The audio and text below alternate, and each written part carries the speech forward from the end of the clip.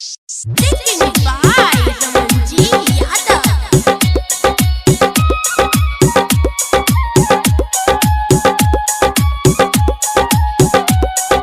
DJ Govind Bihar. हे के जान कहिया हो तो शादी तोहर कहिया मटक कोरावा कहिया तुझे बही ससुरावा गे जान। हे के जान कहिया हो तो शादी तोहर कहिया मटक कोरावा कहिया तुझे बही ससुरावा गे जान।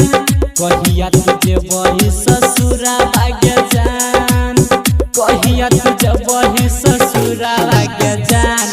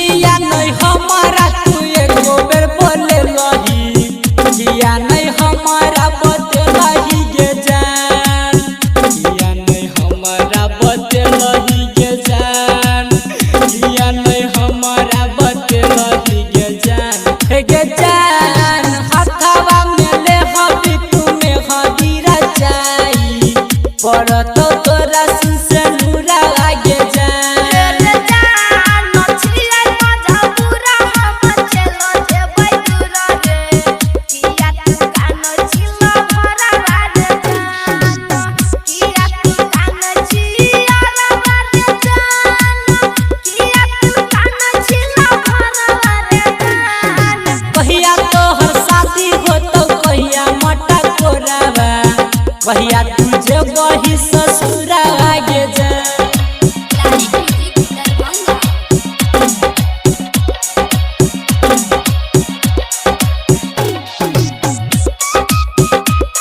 Mixed by DJ Ajit Sharma. DJ Ajit गठाड़ा। हे गे जान हमारा भूले बही गई पाई के सैया चल जबही दोसहरा दुआरा गे जान। चल जबही दोसहरा दुआरा गे जान। मेरा तो रमन जिला भरा गे जान। हे गे जान कोई तो जयमाला तो हर सुना न गे जानू गिरे लगतो हमरा लोरा गे जान।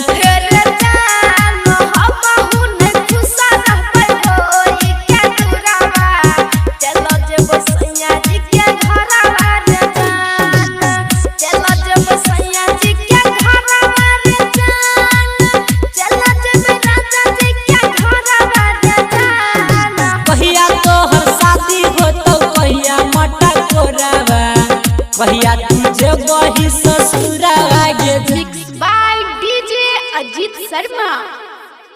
DJ अजीत गठाड़ा।